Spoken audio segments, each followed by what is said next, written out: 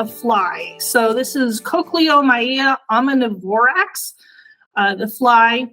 The reason this is a concern, the reason we're talking about this is because this is a maggot that infests living tissue, and it can be very devastating to animals and to people. So this affects all warm-blooded animals, including people. We do have some cases in people down in Mexico and Central America. And if this is not treated, it is fatal to the animals. We eradicated this fly from the US in 1968, so it's been a long time. But we know that if it gets reintroduced, it could cost us billions of dollars to eradicate it again. They've estimated, based on the previous outbreaks before we eradicated it, it could cost almost $2 billion just in Texas. We'll have a map in a little bit where you can see all the different states that might be affected by this. And that cost is not only death loss, it's production loss in these animals. It's going to take them a while to recover if they've got an infestation, if they can recover. There's going to be movement restrictions. We're going to have a hard time moving animals out of infested areas. And there's going to be a lot of treatment costs associated with this disease, not just treating the wounds themselves, but treating any infestations that come along. So before 2023, we had pushed this fly all the way out of the US, through Mexico, through Central America, all the way into South America. You may notice on this map, there's some red in the Caribbean. So some Caribbean islands did have this fly as well. But for the mainland, we were able to push it down into South America. And the Darien Gap, which is the edge of Panama, where Panama touches South America, we were using that as our barrier. And so a lot of our focus was on Panama. Now, you'll notice this says pre-2023. Something happened in 2023 that caused the number of flies to spike in Panama. They started seeing an increased number of infestations there in Panama, and then it has just kept moving north. So all of these Central American countries have now been infested, and then in November of 2024, they found the first case in Mexico. They were hoping that we could put in a little barrier at this isthmus and take care of it. But as you can see, it has already passed that barrier. Now, about 2 weeks ago, they found this case, which is about 370 miles from the US border. This was in a calf that got attacked by a dog. The calf had no travel history, which means that that fly was already in that area before that calf got bit. And so this is very concerning because we don't know exactly where this fly is at this point. And so it's going to be very hard to stop it in Mexico, and it is definitely on the move northward. So what is USDA doing right now to try to make sure that we don't get this fly into the US? Well, one of our main areas of attack is animal imports from Mexico. And so you may have heard recently they shut down the border ports, and then they were going to reopen them. And then once they found that case, they shut them down again. So we are not getting any cattle, bison, or horses out of Mexico into the US because those are the most likely way that it's going to spread. Dogs can still come into the US from Mexico, but they have to have an inspection within 5 days of transport. Now, this gets a little tricky because CDC is the federal agency that oversees movement of dogs, and USDA oversees the movement of everything else. So there does need to be some coordination there so that we can make sure that those dogs are not bringing it in. Other things they're working on, we're building a new sterile fly facility in Texas, and we'll talk a bit later about the sterile fly program and how we use that to control this disease. We have also been sending a lot of folks from USDA down to Mexico to help them try to control this fly, make sure it doesn't come any farther north, make sure that they're doing surveillance so that we know where it is.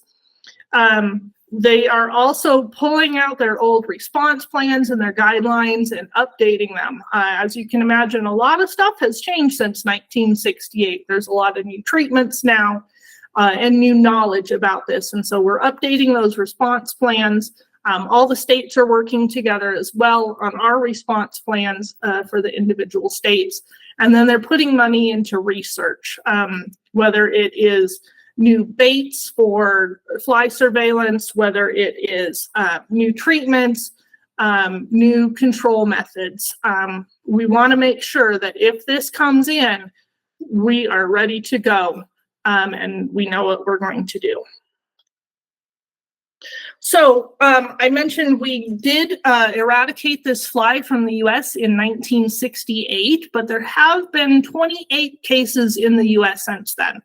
The most notable one was in 2016. So in September of 2016, they found this fly in the Key Deer in Key West, so in Florida, in those islands.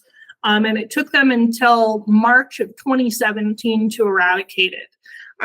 They use things like sterile flies, they use doramectin, which is also called Dectomax, to treat it, and they set up checkpoints, and they were able to successfully eradicate it from that area. With the 27 other findings that we've had in the US, just about all of them have been associated with either recent travel or living in an endemic country. So that's a South American country that already has this fly. In 1987, there were 2 dogs that came back from foreign travel. And as I mentioned, this can be found in people as well. And so some of these findings in the US were in people. Sterile flies were used in a few circumstances where it seemed like we may have, the animals or the people may have been here long enough to set up or to have flies reproducing in that area. So we use the sterile flies to take care of that. So we haven't had any large-scale infestations since 1968. So let's talk about the life cycle of this fly. So we're going to start over here with the adult female fly. So this fly is attracted to wounds on animals. So it will seek out those wounds, it can smell them, and it's going to lay its eggs right on the edges of those wounds. Those eggs hatch in about 10 to 12 hours, and they start to burrow into that wound. As they burrow in, they cause more damage, they make the wound get bigger, they make it get stinkier, that attracts more flies. And so you're going to get more and more eggs laid around that wound, and you're going to get more and more larvae burrowing into that wound. After about 5 to 7 days, those larvae are going to be mature enough. They're going to fall off the animal and they're going to burrow down into the ground to pupate. The length of time it takes from them to go from larvae to adult flies depends on what's going on with the climate. So the warmer it is, the faster they're going to turn into adult flies. So minimum is about 7 days, but it can go up to 60 days. These maggots can cause death in the animal. And it could be because they have burrowed so far that they've gone into the chest, into the brain, into the abdomen. They can set up a massive infection that the animal will die from. They are very destructive, and if you let it go, it's just going to get bigger and bigger, and the animal is not going to be able to survive it. So as I mentioned, the life cycle, the length of the life cycle of this fly depends on the climate. So minimum 18 days to go from that egg to an adult fly that can then lay more eggs, but it can take up to 3 months. These females only mate once during their lifespan. They live for about 10 days, so they will mate about 3 to 4 days after they become adult flies. Every time they lay eggs, it's 100 to 350 eggs around the edge of that wound, and they're going to do that every 3 to 4 days until they die. Also, as I mentioned before, these larvae, you can see them in this wound, all those little bubble-looking things. Each one of those is an individual larvae. So they're going to feed there for about 5 to 7 days. They're going to drop off the animal and they're going to burrow into the ground. And depending on the temperature of the ground, they are going to turn into flies in between 7 to 60 days. Now, the one good thing we have going here in Utah is these larvae cannot pupate if it's below 46 degrees consistently. So when we hit winter, these larvae are going to die when they hit the ground. But keep in mind, when it says 46 degrees, that's a consistent 46 degrees, and they're going to be burrowed an inch or two into the ground. And so they're going to be a little bit insulated in there compared to the air temperature.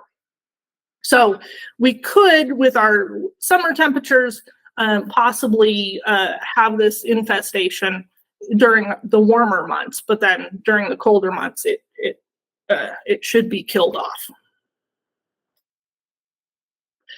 So these flies prefer hot, humid environments, and you can see on this map, that's Texas, that's the southern states, that's Florida, and parts of California, Arizona, and New Mexico. They just don't survive in the cold very well. Some of the drier environments, if you have irrigated areas, if you have streams, ponds, something like that, they can survive there. And you also have to have suitable hosts. So you have to have warm-blooded animals that have wounds. If they can't find a place to lay their eggs, it's going to die out pretty quickly. These flies generally remain within 2 miles of where they pupate. They can travel a bit farther, but generally they're within a pretty confined area when they pupate. The primary place where you're going to see these infestations is pre-existing wounds. That seems to be where they prefer to go. But they can also attack mucous membranes.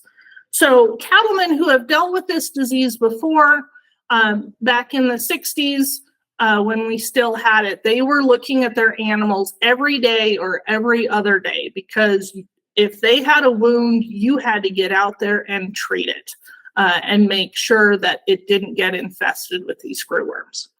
So if there are no wounds, the flies can lay their eggs around those mucous membranes, so nostrils, eyes, ears, mouth, the prepuce, the vulva, and they can set up infestations there.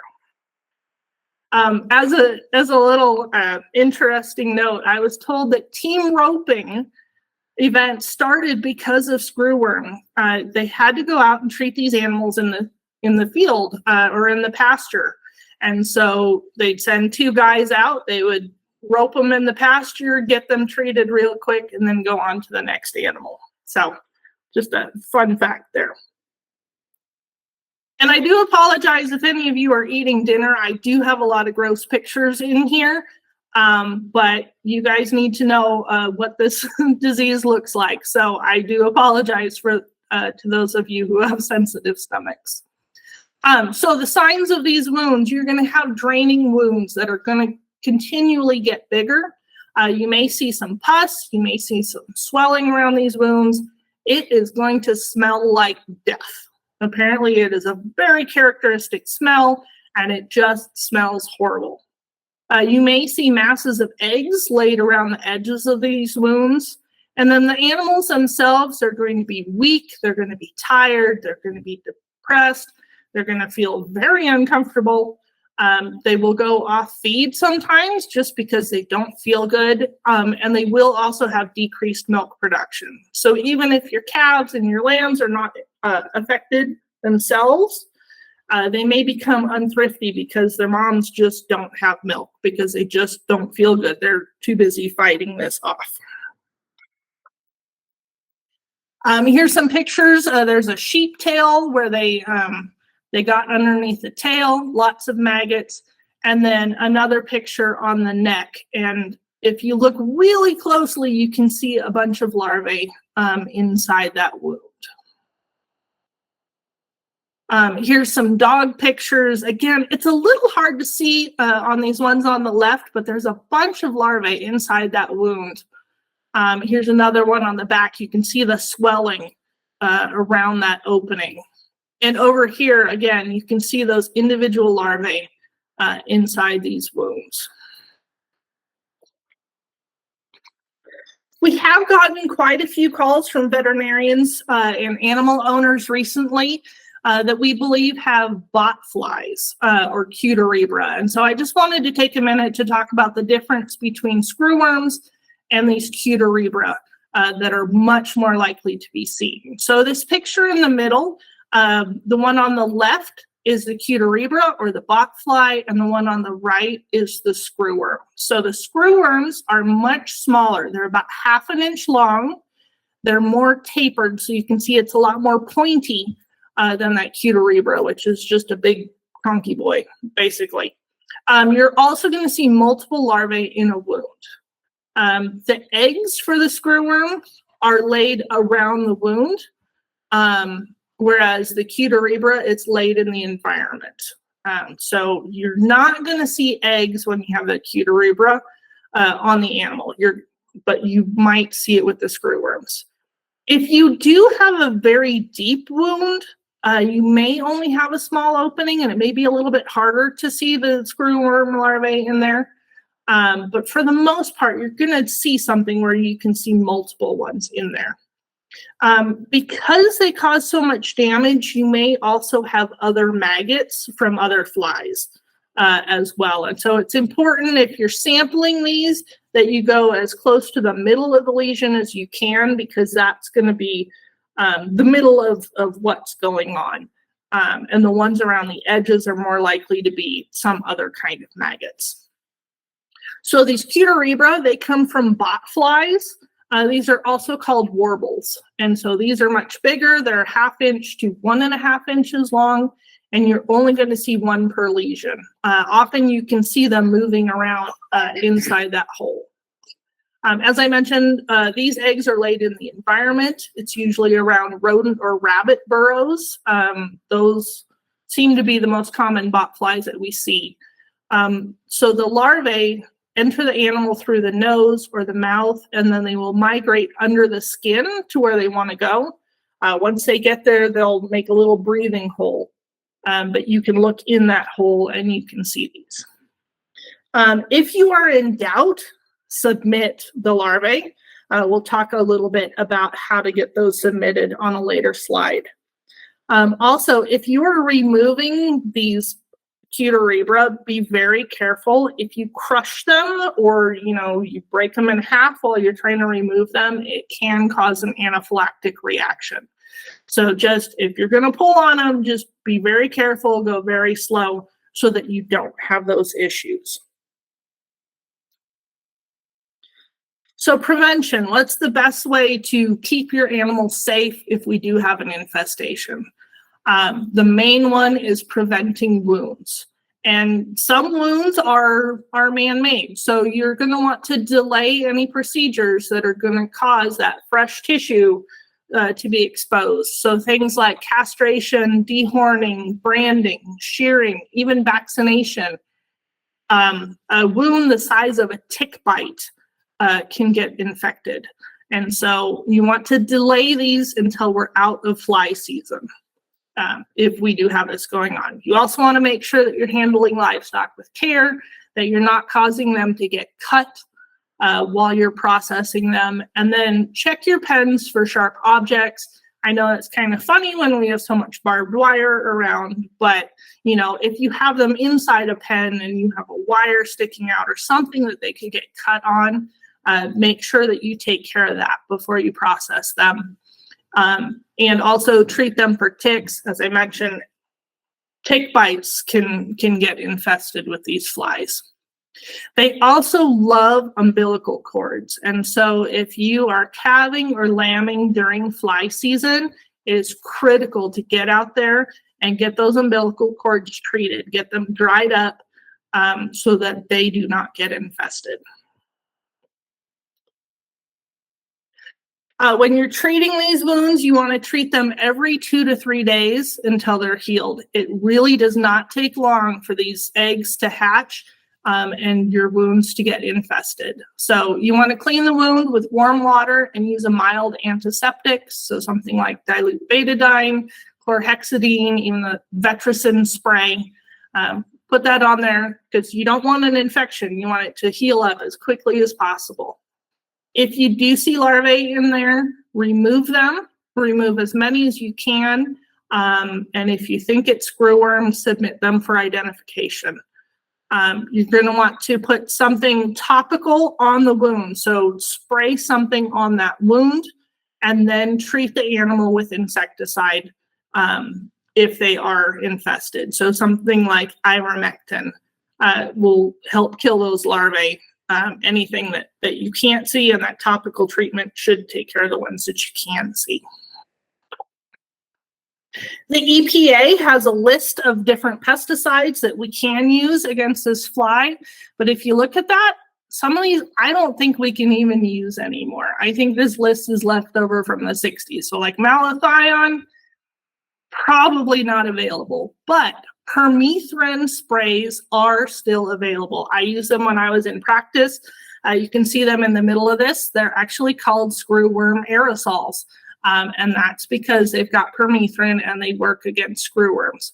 The nice thing about these is they can be applied directly to wounds. So I would use them for C-sections and DA surgeries and just spray that wound right there. They have come up with treatments since the 1960s, so these are not on the EPA list, but we know that they will work. So in small animals, things like Capstar, which is that nitin pyram product. There's a couple other names for it. That is going to work well on small animals. Anything that ends in mectin, so ivermectin, doramectin, selamectin, all of those good ones. Those are good systemic products for screwworms. And then Farm Bureau mentioned lindane and ronal that also will work against these larvae. So once we have the larvae, what are we going to do? We're going to look at them microscopically. The laboratory is going to look at them microscopically, and they can tell just by looking at them if it's a screwworm or not. One of the main things they're looking for is these two black tubes on the end of it, these black tracheal tubes. So when you are collecting larvae for submission, as I mentioned before, you want to collect from the deepest part of the wound because those are most likely to be your screwworm larvae and not a co-infestation from another fly.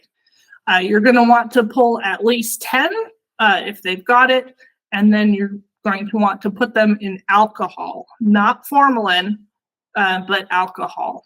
And those are going to go to the USDA National Veterinary Services Laboratory in Ames, Iowa. If we do end up with a big infestation here in the US, I imagine they will probably get overwhelmed, and then we may need to look at either the Utah Veterinary Diagnostic Lab or our entomologists here at the department to look at those first and say yes or no, and then send it on to NVSL, just so that we get a quicker response and we don't overwhelm them. We have started putting together sampling kits here at the department, and we can get these out to veterinarians.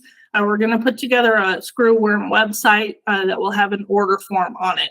But this sampling kit is going to have plastic forceps, a tube that you can put the larvae in. It'll have instructions on how to submit them, as well as a mailing envelope. And then you guys, once you collect the larvae, you will need to add 70% alcohol to that tube, and then go ahead and submit it. So how are we going to respond if we do get an infestation here in the US? So the main two things is to prevent contact between these flies and non-infested animals, and then to stop the reproduction of the flies. So to prevent contact, we need to prevent, detect, and treat wounds. We don't want to give these flies a place where they can land and cause infestations. Any infested livestock need to be quarantined and treated as quickly as possible so that they are not generating new flies and so that we're not moving these infested animals to new areas that don't have the flies already. We'll probably put in some movement controls and things like permitting or treatment to get out of an area. And then wildlife services or wildlife resources here in the state will be monitoring and managing wildlife. It can infest any warm-blooded animal, and so wildlife are going to play a key role in the movement of this infestation. As far as stopping the reproduction, we want to treat infested animals. We want to kill those larvae before they can drop off and pupate. And then we will use sterile insects to try to control the infection and stop that reproduction. So USDA has come up with some definitions for what a case is. So a suspect animal is an animal that has a lesion that looks like it's probably screwworm. But we're not going to call it a positive animal until we get that confirmed. We will call it a presumptive positive if it's an imported animal that has come from an infested country within the last 10 days. A native animal is not going to be called a presumptive positive unless it's located near a confirmed positive or a lab other than USDA has looked at it and said, yeah, that looks like screwworm. It's not confirmed positive until, as I said, USDA looks at it and confirms it at our national laboratory. We are going to have to do tracing if we find it, and this is not just animal movements, but we got to look at human movements as well. And so we're going to look at the last 10 days and we're going to say what came into the herd and what left the herd.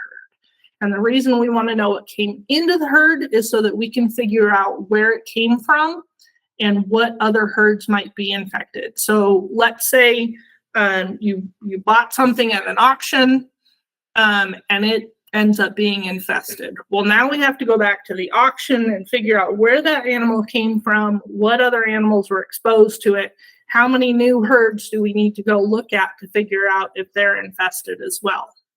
And then trace forward is pretty similar. If you sold a bull or a ram to somebody, we need to go look at that herd and make sure that it is not infested and figure out, you know, how far has this spread. So quarantine and movement control are sometimes used interchangeably, but a quarantine says we're not moving animals from an infested premises or herd until we know that that herd is clear. Movement control is going to be the area around that herd. I don't think they've defined what that area is, but we know that that fly usually doesn't move more than 2 miles. So we're probably going to have a 2 to 3 mile zone around an infested herd. And we're going to make sure that we have controls in place so that we're not moving infested animals out of that zone.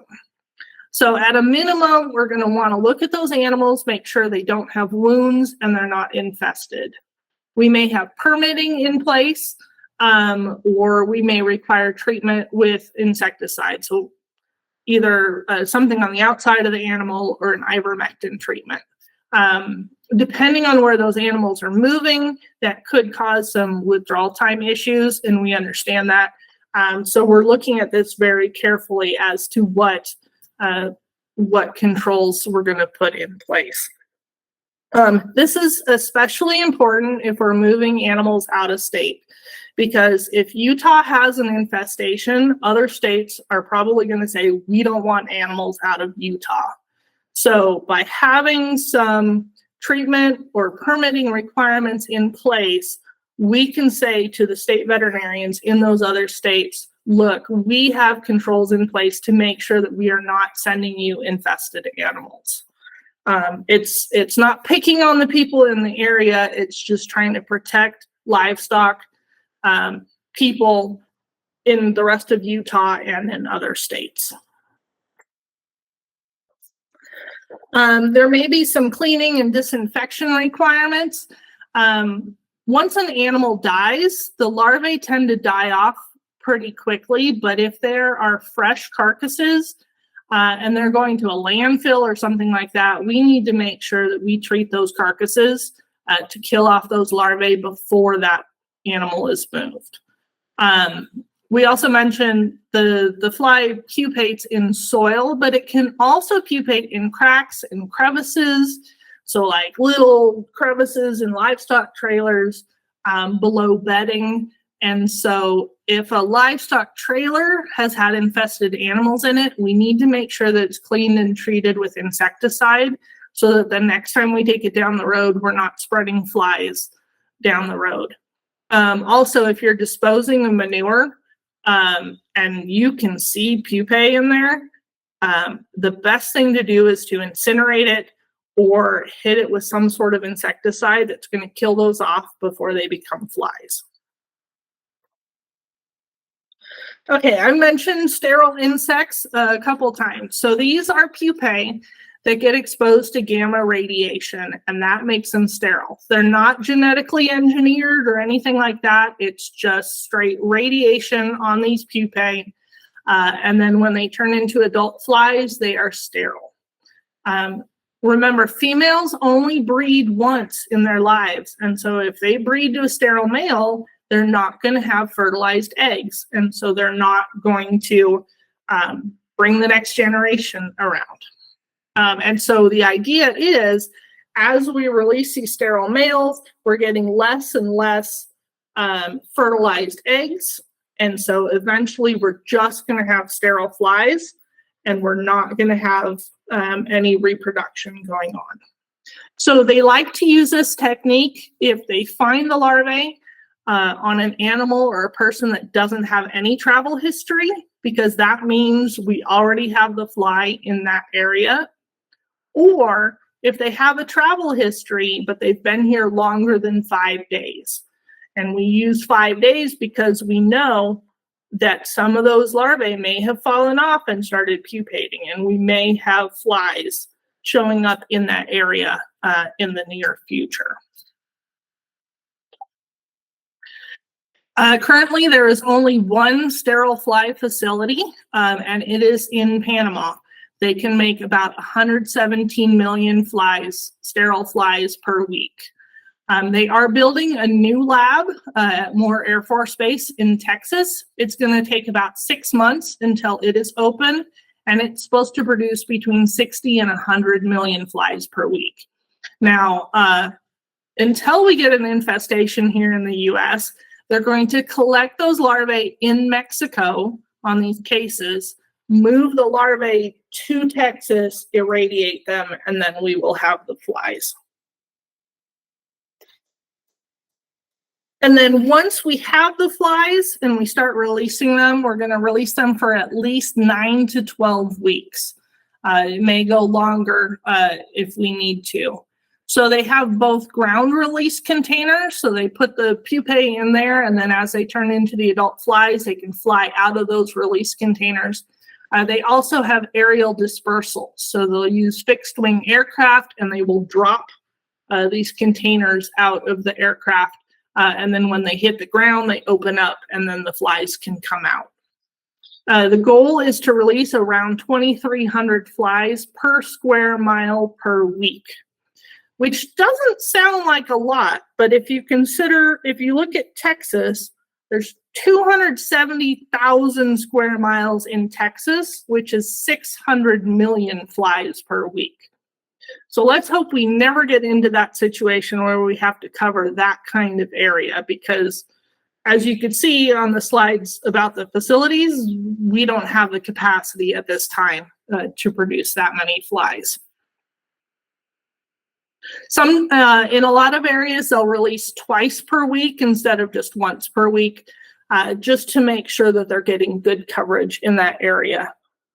And it reduces the number of containers that they need to release at a given time. So USDA has set up their own criteria to say, okay, now we are free of screwworm again. So they will do pretty intensive surveillance for 3 months after the last detection in an area. They'll call it technically free after 6 months, but they won't call it officially free until it's 12 months without any detections of these flies. So what does surveillance look like? Well, it's looking at the animals and smelling them. As I mentioned, they smell like death. And so anybody that's looking at the animals is going to want to check them for infestation, but also give them a good sniff, make sure that they don't have something hiding somewhere. And then any maggots that are found need to get submitted for identification. They'll also set up fly traps in an area. Apparently liver makes a really good bait for these flies. And so in the fly traps, they'll set those up to see if they can find them. And then we'll also collaborate with other agencies. And so like mosquito abatement districts already have traps out there for mosquitoes. So if they see any suspicious looking flies, we'll collaborate with them, make sure that those get tested. We also expect to be working very closely with wildlife resources here in the state, with USDA, and also with our public health departments, make sure that we're not seeing any cases in people in the area. And then the wildlife folks, the last thing we want to do is disperse wildlife if we have an infested area. And so some states are talking about maybe restricting hunting so that we're not chasing deer and elk to new areas outside of where they normally are. I'm sure wildlife resources will do quite a bit of surveillance on their own, but they're also going to be relying on hikers and hunters, anybody who's outdoors who sees an animal that may be infested, making sure that those get reported so that we know exactly where the fly is with wildlife. And then a lot of collaboration between us here at UDAF and Division of Wildlife Resources, making sure that we're communicating with each other as to where we're finding this and what we're seeing. So what impacts do we expect on Utah? Well, currently, things are looking really good for our beef producers. We have increased beef prices because we have shut down those southern ports. So we're not getting those Mexican cattle coming in for slaughter. And so decreased supply, same demand. We are seeing really good beef prices right now. Our rodeos are not very happy. They can't get those Mexican roping steers that they seem to really like for those rodeos. If we got an infestation in the US, but not within Utah, I am going to put in increased requirements for import.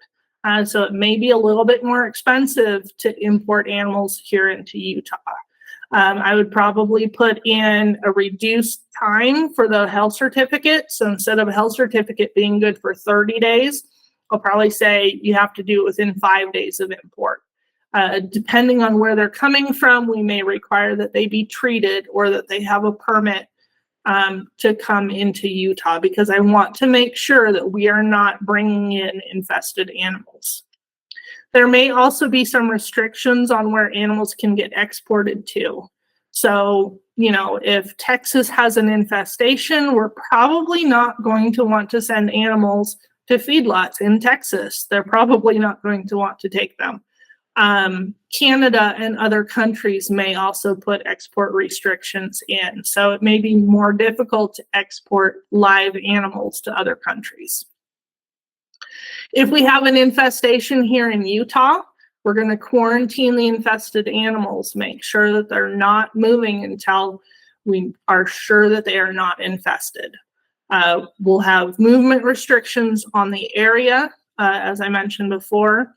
There's going to be a lot of treatment costs, not just treating for infestation, but making sure that all the wounds are treated. So you're going to have increased labor costs, especially if you've got beef cattle out on range.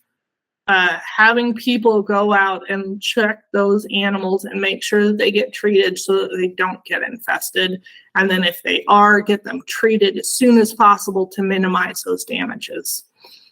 We're going to have decreased production. We're going to have some death loss, and we're going to have to do a lot of surveillance to make sure that we have eradicated that. So that is all I had. I'm going to open it up for questions if anybody has questions.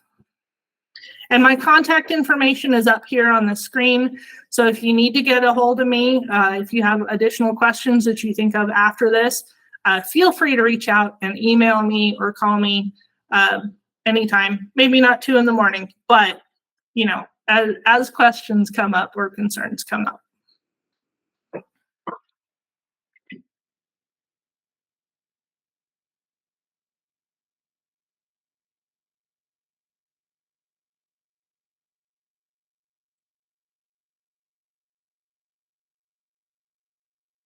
And I want to remind veterinarians on the call, if you did not register before the meeting, if you could either send me an email or go ahead and register. That way I don't have to figure out who on the call is a vet and who isn't. And I meant to record this and I totally forgot. I gotcha. Perfect. Cody Spencer did ask about CE credits for ag teachers. I'm not familiar with the CE process for ag teachers. We have applied for the CE units through the Utah Veterinary Medical Association. So if there is an ag teacher on here that could tell me how to do that, I am happy to submit whatever application would be required, but I am not familiar enough with the process to do that.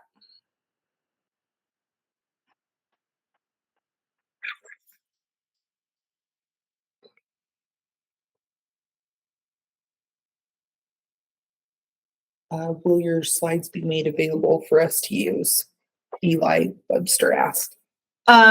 Yes. So you recorded it? Yep. Okay. Yes. So we will have the recording available. We may edit it a little bit, so take out some of my ums. Eli, if you want the slide set itself, I'm happy to send that to you. Just shoot me an email to remind me. Sorry, I meant Dr. Webster.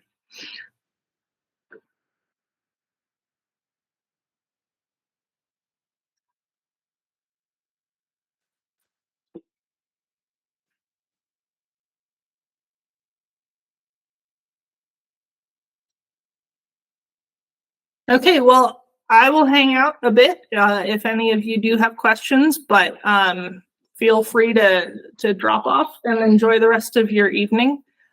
And thank you so much for attending. I feel like this is something that's headed our direction, so it's very important that we're all aware and know what to look for.